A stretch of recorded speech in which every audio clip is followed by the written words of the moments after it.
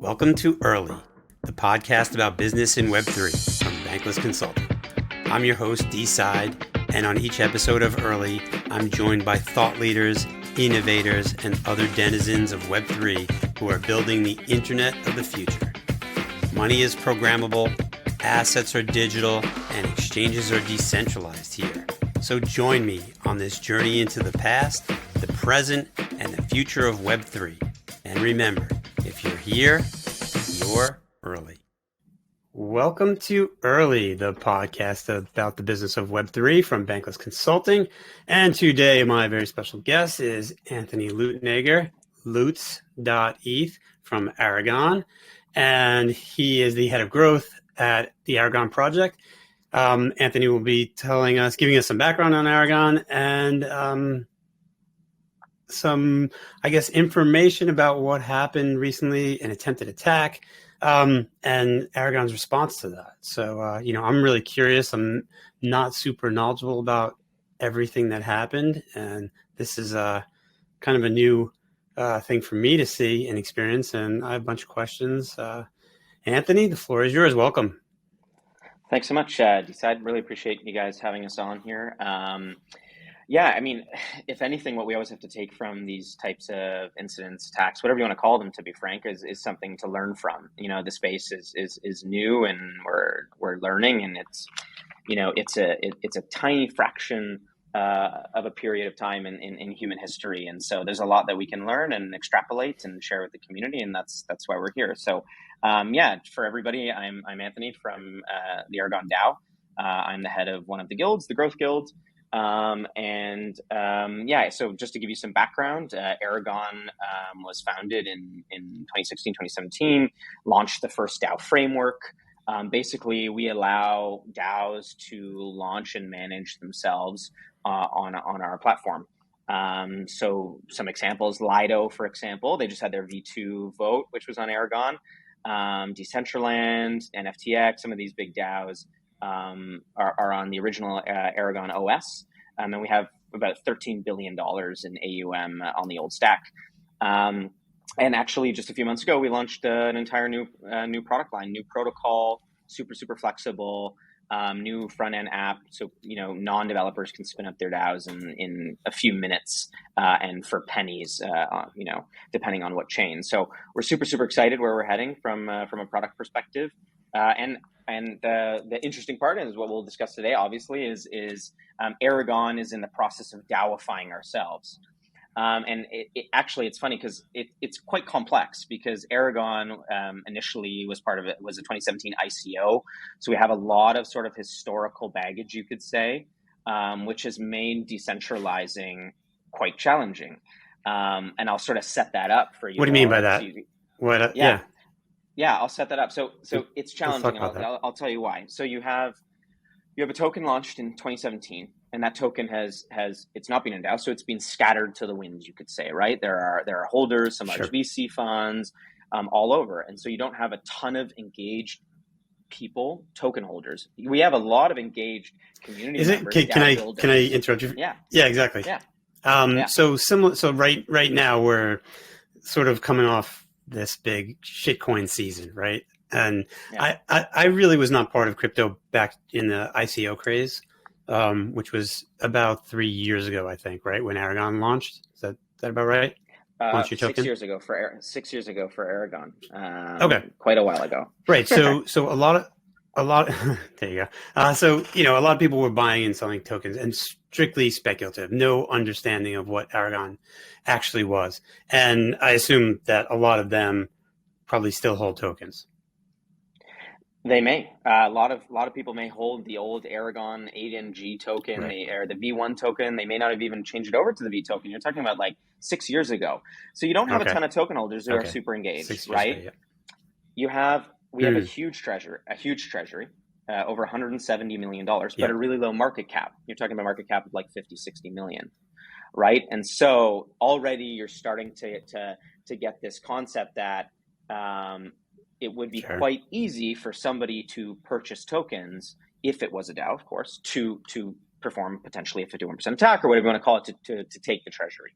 And so this makes it a bit complex when you're trying to decentralize. And so there are methods around that, and one of which was, was us trying to decentralize progressively.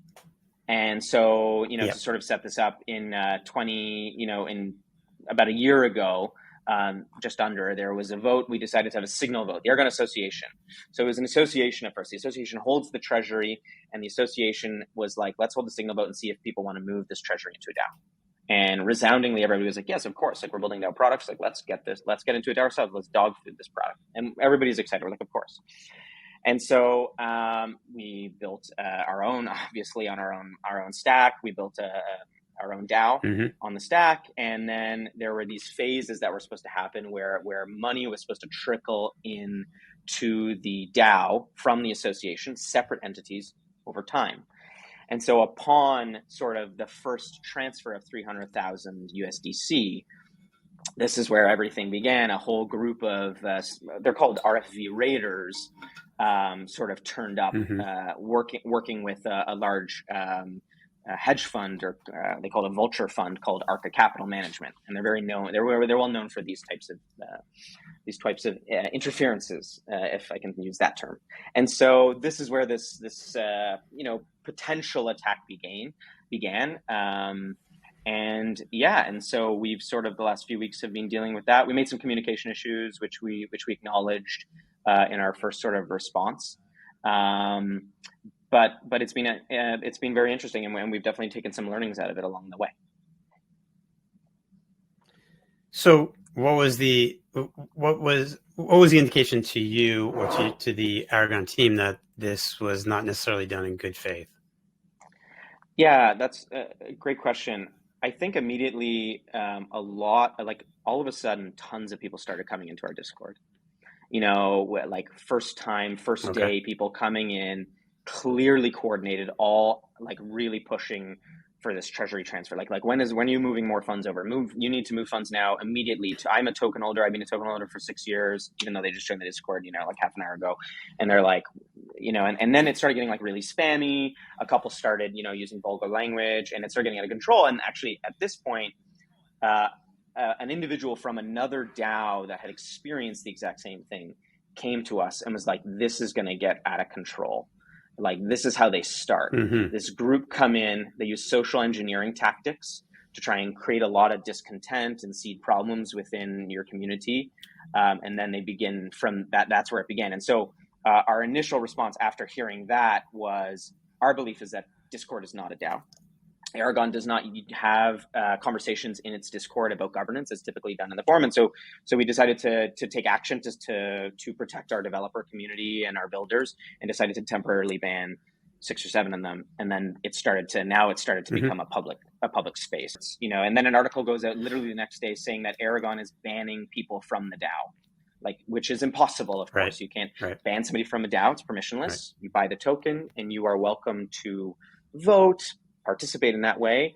Of course, our belief is that doesn't give you the right to use vulgar language in forums or in the Discord, etc. So that's sort of how it kicked off, when we knew this was coordinated. And that's when we started seeing a mass accumulation of ANT, which is our token, Aragon token, and it began to be wrapped into the DAO to potentially be used. Now, the good thing was, of course, and we knew that we had only done our first transfer, which was the plan. We had only just moved 300,000 USDC into the DAO. So the 170 million was not in the DAO. It was in the association still, and was going to be progressively moved over time. And so these, if they were centrally controlled. Still centrally controlled. And so had these individuals been coming in to try, obviously, and take all the funds out, this was impossible. And it was sort of our plan to make sure that couldn't happen. And so they weren't able to. And this is where we definitely made a mistake, and we put out a post. They were sitting in the DAO, right? And so we couldn't move funds into the DAO. Remember, the Aragon Association has a board. And I'm not a part of that. I'm part of the DAO, but these board members have legal liability, personal legal liability. They could not move funds into the DAO knowing that a group could take those funds for purposes against their mandate.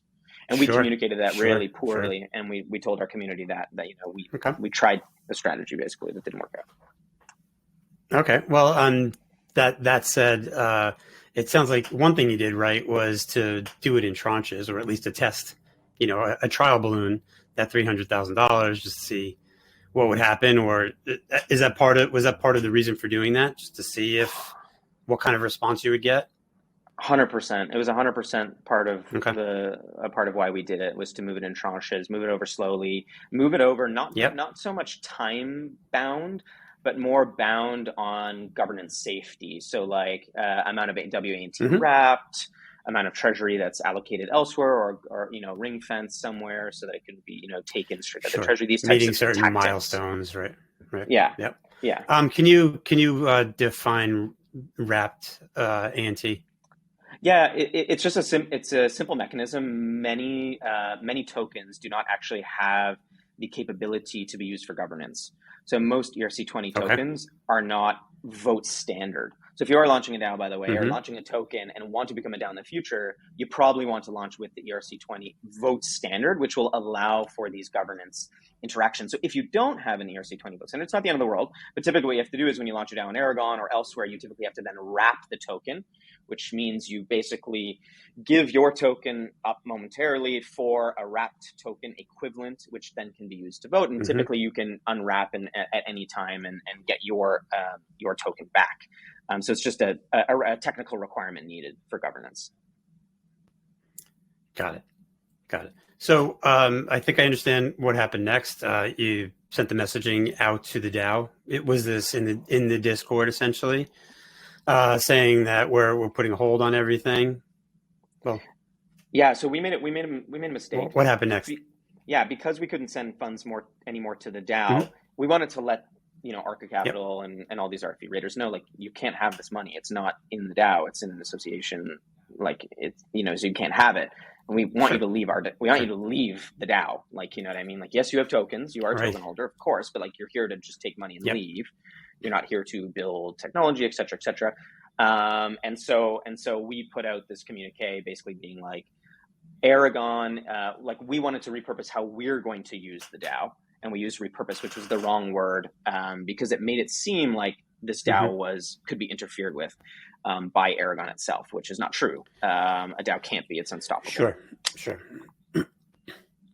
Yeah, I mean, it definitely raises a bunch of questions, which gray areas in the DAO space, right? So, is anything that's coded or written, is it permanent? Is it immutable?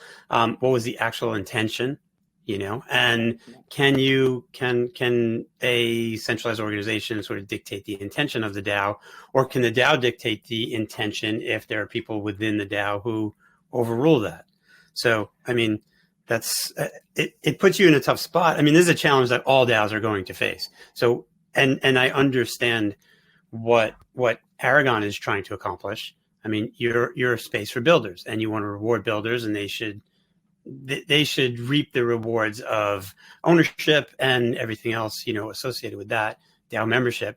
Someone coming in to extract value from that ecosystem and that environment sounds like against the purpose of the whole organization. So how do you get around that? Totally. And it's super interesting. So it's definitely against the mission and mandate of that association, right? That wants to move the funds over. Like, the Aragon Association desperately wants to move into this DAO and move the funds over. The DAO, now the counter argument most people make is that the DAO should dictate what the mission is of the DAO itself based on on-chain voting, right? And this is where some people push back, and we're like, well, like, if they are a token holder, even if they bought that token the day before, and they want to extract value, well, they should be able to do that. And this is where I think there's a good learning experiment here. Like, you either run your DAO, I feel like, completely like not on chain. A DAO is only on chain, but with more like dry code, like your dry code purpose DAO. It's like whatever's voted on, right? That is on chain executable. That is law. And so in the Aragon DAO, that is actually that is the case, except for two particular things. Basically, like, we have these guardians that can veto certain proposals if they are considered to break the law, so they're legal guardians, or if they break some type of technical parameters. So and then these technical guardians will step in. However, there's no like necessarily mission-based guardian, and some DAOs have that. Like I think Give It the TEC Commons, I believe they have this sort of mission type guardian that makes sure that proposals that go through like sort of follow the mission that was set out from the DAO upon its launch, etc. So this is more of a check wet off a bunch of boxes. Exactly. Yeah. But again, this raises the question, and this is why we didn't really want that, which is like, well, who decides that? Like, what? That's a centralized entity then. Then Sure. on chain, code is not law then. But sometimes you need that, right? And in this case, that would have probably been helpful. And they're always going to be subjective matters. Totally. Exactly. And code should not be subjective, right? Like a true DAO won't have subjective matters, or maybe. Sure. Maybe. I don't know. I mean, look, you could argue that this is sort of the purpose of humans in the whole in the process, that we can't hand everything over to the code, but maybe we can. I mean, maybe down the road solutions will evolve, and it's so interesting to me that it's Aragon who is experiencing this, because you're leaders in the space. I mean, everyone's watching, kind of like we want to see what happens. We want to see how you handle it. And of course, your clients who are using the platform need to know that they're watching for your leadership. Absolutely. And that's why I'm glad no funds got stolen and we're rocking and rolling, and we just need to iterate. I would say there's a lot of lessons learned. Like, who are your hidden stakeholders is one question too. Like, who are your stakeholders? We clearly we're spending a lot more time working with these builders and developers. And you need to be aware of all your stakeholders.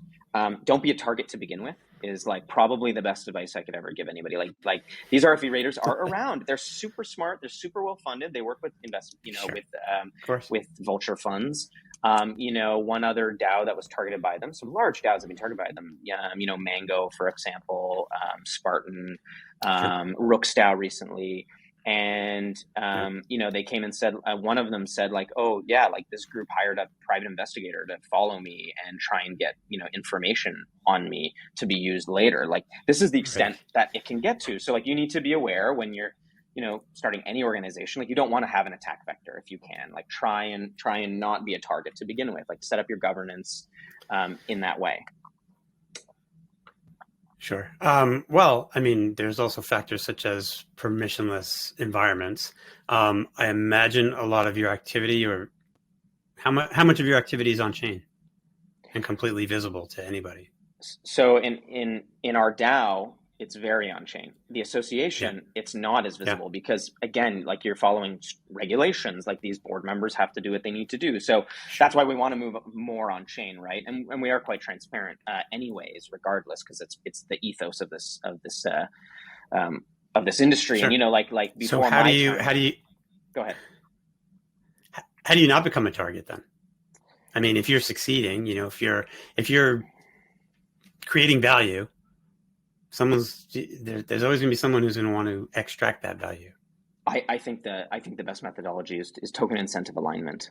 You just have to have token incentive alignment, and that's why you have to have the right people with the right tokens at the right time. And that means obviously, for us, that would definitely be, if we let's say we didn't have a token from 2017 and that token incentive alignment was lost. Yeah. Now what it would be DAOs launching on our stack, right? They require our stack. Lido requires Aragon to function. It could not function without Aragon. Those $12 billion would be susceptible if not. And thus, Lido, for example, are completely aligned with Aragon in that manner. So they would be probably an excellent token holder because they require Aragon to be successful. And so those are the types of people you want to have the right token incentive alignment with. And that's how you can have a DAO that is more on-chain code is law focused, is with that token incentive alignment. You can't, and there's just no way around that. There are methodologies if you want to start adding in wet code, these types of guardians or these types of, mission guardians, etc. Well, that changes it. Yeah. I mean, I'm thinking of it more in terms of value and actual, like you said, incentive alignment. If you're telling me that your treasury is worth how much more times than the token is worth? Yeah, 3 times. Well, at the time, I think 3 times. 5 times, 3 times more than the token is worth. So the token should be worth more, wouldn't you think? And wouldn't the stakeholders be interested in investing in that, owning those tokens, buying up the shares and protecting the DAO? So Yeah. that's a question to you, because I don't understand why that didn't happen. Yeah, so that's what these RFP writers look for. Is they look for this imbalance between treasuries and tokens, and they say you are misallocating this. This is not matching.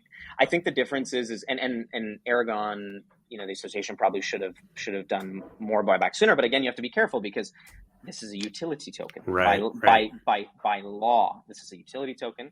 By definition, right? And by law, yeah. Not an investment token. Mm-hmm. So by what you just said, DSide, you're making it an investment token, right? Because you are saying that these people are expecting a return on the token that they purchased, an investment on that. So we have to be really careful here, right? Like you have to be really careful because one is intrinsically making it a security, which is problematic when it's a utility token. And so, but you're right. In theory, I understand what you're saying is like a lot of people like try and look at it in this light and thus want more value out of that. But we have to be very careful how we go about doing that. Yeah, I understand that from the point of Aragon for sure. I don't understand it from the point of legality and governance. And that's a whole different conversation. Why is it a security when the actual value? Well, I'm not going to go there. Hard in a rock, and that's not something for you to answer either. Yeah, rock in a hard place. Rock in a hard place. I feel like in this whole 2 weeks, it's been a rock in a hard place. Rock here, hard place. For sure. Yeah. So where does Aragon go from here?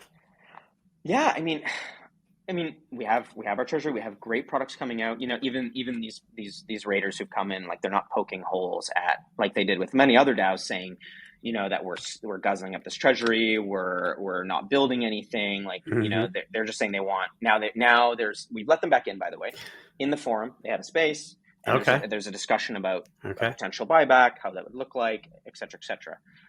There's obviously legal aspects involved, and the treasury is still the association, but there's a conversation going on now about that. For Aragon, we're steadfast. We're going to continue decentralizing. We might have to adjust how that looks a little bit. Token weighted voting, we know, continues to prove difficult to manage throughout the industry. Yeah. For on-chain DAOs where code is law, like simply token weighted voting is challenging. So maybe we need to look at adding some different variables or factors in there. There's other ways too, like using VEANT maybe, for example, or different methodologies, which basically would lock up some of the treasury, away from like an easy grab where again, like where we aren't a target to begin with because your treasury is allocated elsewhere, locked up for certain periods of time. So there's other methodologies that we can use to decentralize. We're steadfast. It will happen. Sure. This might even accelerate it, to be frank. We're really focused on our product line. Like we're super, super excited. I've had meetings with, I think, $15 billion worth of AUM, assets under management, in different organizations who are interested in moving to the new tech stack. So we're steadfast and excited to keep moving forward. And this is just a lesson, and we hope to package this lesson for others to learn from. Yeah, amazing. And look, no, I don't think many people in this space, maybe no one, doubts the capabilities of Aragon, the platform, and the builders who are behind it. So you have that going for you. It would be a shame if you get financially looted and are prevented from executing on your mission, particularly because of the ripple effect it would have on the industry. Totally. But I know you're working towards that. Yeah. Yeah, I agree. And we took a bit of a beating, in the media for some of the miscommunication we had around that, and we were trying to be transparent and honest about some of the miscommunication we made. But we received a lot of, to be frank, like the loudest ones are the ones on crypto Twitter. But we received a ton of like really, really good messages and feedback from builders and developers and huge protocols in the space being like, like this happens to all of us, like keep pushing, like keep building, like that's the truth. We'll tell at the end. Yeah. I mean, ultimately this is still a game of spy versus spy. And look, you warded off one attack.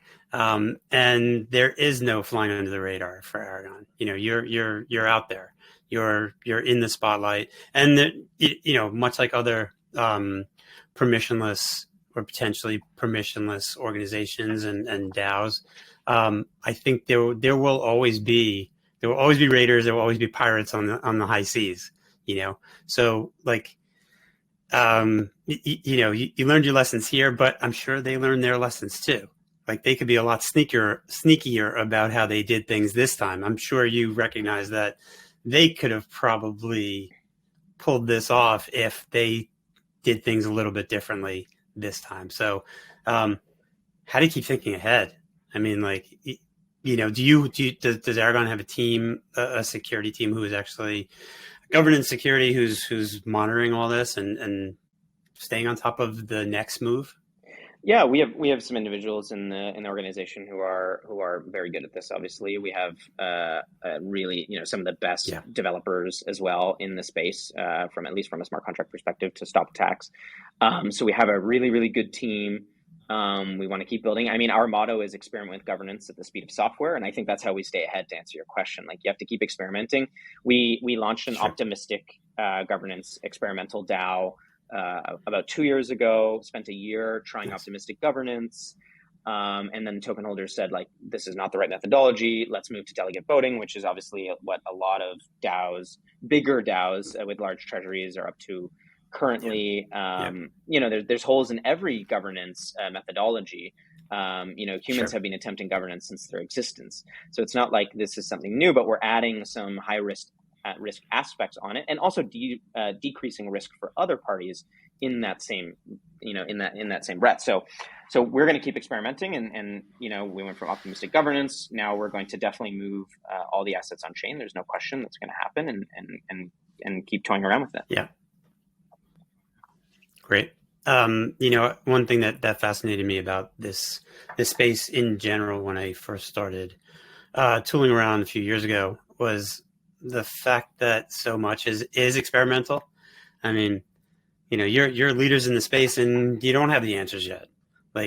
So I guess that's question would be like, where do you see things going in the next few years? Because DAOs are certainly an evolution, if not a revolution, in social organization. Yeah, I think, as long as assets continue to move on chain globally, as a global trend, you have to have DAOs, because it's one of the only ways to secure funds, through account abstraction. And so DAOs are an absolute essential part of that. There's really no way around it. Now, how we govern is more flexible, and this is something that I think the space really needs to adjust its thinking on. Sure. As do we, and it's there's the on-chain aspect and then there's the off-chain aspect, and we continue to conflate both of them, which is causing real problems for just with our tweet. Everybody was like, oh, like, yeah, it's like, no, like the funds weren't in the DAO, they were in the association, right?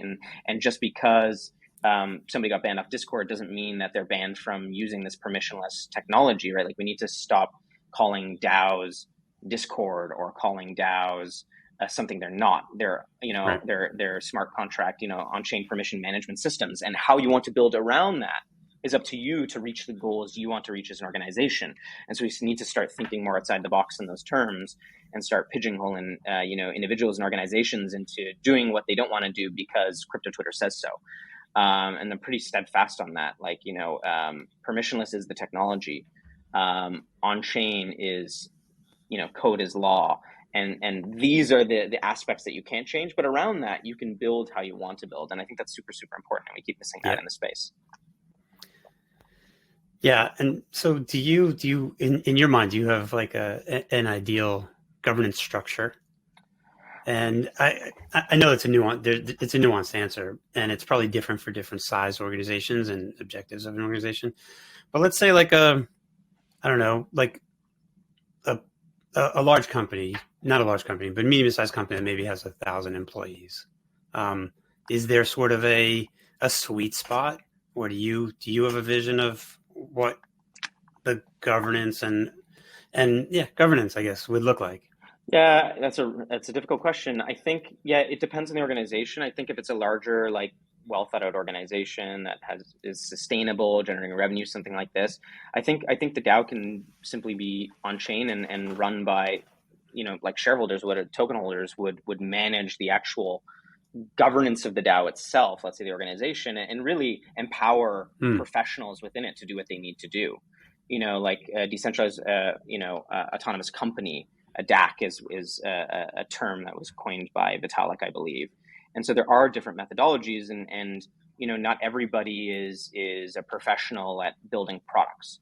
And so, but they might be in Right. finance. And so having a general view and having token holders voting from like a 30,000 foot view level, I think is for that type of example might be the right methodology, and empowering the right people to actually, in the weeds, do what needs to be done. Yeah, I think it's super important.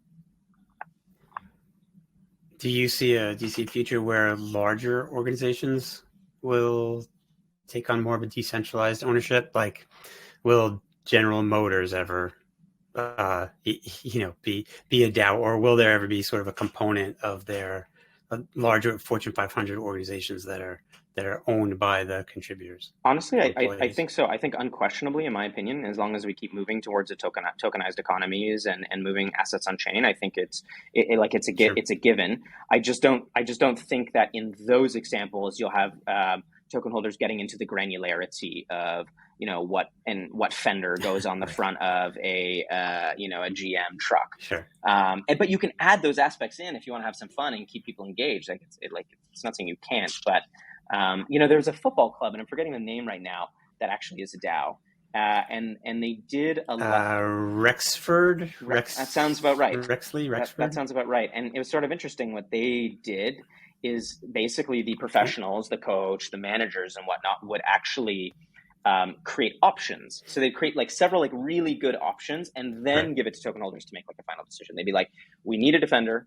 We need, and here are three like awesome defenders that we would love to get all three of them, and then let fans get engaged there. And I think that's a really fun way. I think sports for sure. We have some really big sporting organizations who've come to us, interested in building Nice. DAOs, sub Nice. DAOs to engage fans, to give them more power in decision making. And so I think that could be one of the first avenues into DAOs, like breaking into like general typical Web2 industries. I don't know, man. That's a little dangerous. We only we actually we work with a group that's looking to buy a soccer team at Bankless Consulting, and we've had these discussions like exactly this, and what it ultimately ends up being is like, well, maybe the fans shouldn't be allowed to decide if we should sack the coach because after every loss they'll want to vote, but they certainly could be involved in what the new kit is going to look like, or what where the club should travel to next summer, things like that. Sure. What sort of beer they should sell at the concessions. Sure. Sure. As far as like multi-million-dollar contracts, probably not. Starting lineups, probably not, unless it's something that's like, not so important, I guess, to the success of the team. Maybe just sort of fun things like that. But yeah, I agree with that. That it could be with sports clubs and any organizations really tools for engagement. And of course that's really relevant for the culture of any organization. Sure. And what is the goal, right? Like, if it's to generate revenue, maybe getting fans Sure. engaged and firing the coach is something that fans would love to get engaged with, and then you could generate more revenue. But if it's to be, like a high performing team to score tons of goals, maybe not the case. Aragon's Yeah. another great example of that, and we have like sort of toyed around with like, well, you want, so like contributors, for example, building the product, like who are they accountable to? Yeah. They are accountable to token holders who vote on if they should get funding. But I don't think too many people believe that token holders should be getting involved in deciding how the smart contract is built. I think that goes without saying, right? And so you ask yourself, well, can you build a second level of governance where the actual product creators, these developers, Yes, token holders can have some generalistic say of like how much funds get put towards that, but maybe their accountability is towards this chosen group of professionals chosen by token holders that are, professionals in the space who are smart contract developers who have, like sort of like an in-between board setting where they hold the teams more accountable because they actually know how to build products, how teams should manage themselves to be highly effective. So like toying around with that, and you can add NFT governance into that maybe as a second layer could be a really cool optionality for protocol DAOs that are trying to actually build products, want to be held accountable and need to be held accountable, but by who? And who are the right people to do that? Yeah. And I appreciate that. You and the folks at Aragon really are experimenting and, trying different ideas and really trying to expand just our overall thoughts on how organizations should work. I always ask this question. As far as for you, my question, Anthony, is who is an ideal client or who's a dream client for Aragon? If you could work with any organization in the world or any person in the world, who would that be? Yeah, I mean, luckily we already work with Lido, which is awesome because they're super, super good. To be honest, I'm really, really bullish on the Polygon team and the Polygon project. We work already quite closely with Jordi Bailina and a lot of in terms of number of DAOs spinning up on Polygon, that is the case on Aragon. It's the most that we have. But I would say I'd love to work with Polygon, and they actually just put up the 3 pillars of Polygon governance. Like they're starting to, it seems, look more into how they're governed. Yep. We're very close with the team and having like a really important player in the space like them would be super cool to DAOify further on the Aragon stack. That would be a dream for me. Nice. I'm going to press you a little more. Sure. How about outside of Web3? What organization would you want to bring into Web3 and put them on Aragon? Yeah, there was one the other day that is going to build a test DAO, and I think it was UNICEF. And I was like, sure. Like, awesome. Let's get some of these huge NGOs that, to be frank, lack accountability or are known to lack accountability. Let's get them on the stack. Let's have them governed globally by like large groups of individuals who are interested in them actually being held accountable, doing really good work. I think that could be really good use cases for potential DAOs. Yeah, I've always believed that that DAOs are really ideal for nonprofit organizations and really any sort of associations, because they're trying to do what a DAO does, really like governance from the contributors and the real stakeholders, right? And to put that on chain, it sort of seems like a no-brainer to me. With the right infrastructure. Yeah, I think, and the transparency that people are looking for from an organization like this is really important. I think the other one for me, maybe the best use case ever would be Twitter. You have Elon Musk now, who should be focusing on Tesla and other and SpaceX and really important project, who is now become obviously potentially lambasted by both sides of the political spectrum for his like newfound fight in free speech. And it's like, well, what better way to, in my opinion, to have free speech than to allow the owners of Twitter to govern what that free speech looks like? And I think it would be good for him too to move away from being, from being too deeply involved in Twitter. And I know he brought in a new CEO, but like, give the folks who are on Twitter the power to help navigate, run, and manage Twitter's governance and what it should look like. And I think you could see a really cool product that suits probably the right amount of people. Yeah, I think Elon would go for that. I mean, his decision to step down as CEO was based on a poll that he put on Twitter. Exactly, and people voted that they would like him to not be the CEO any longer. Yeah. I think a lot of people got very confused when he didn't step down the next day.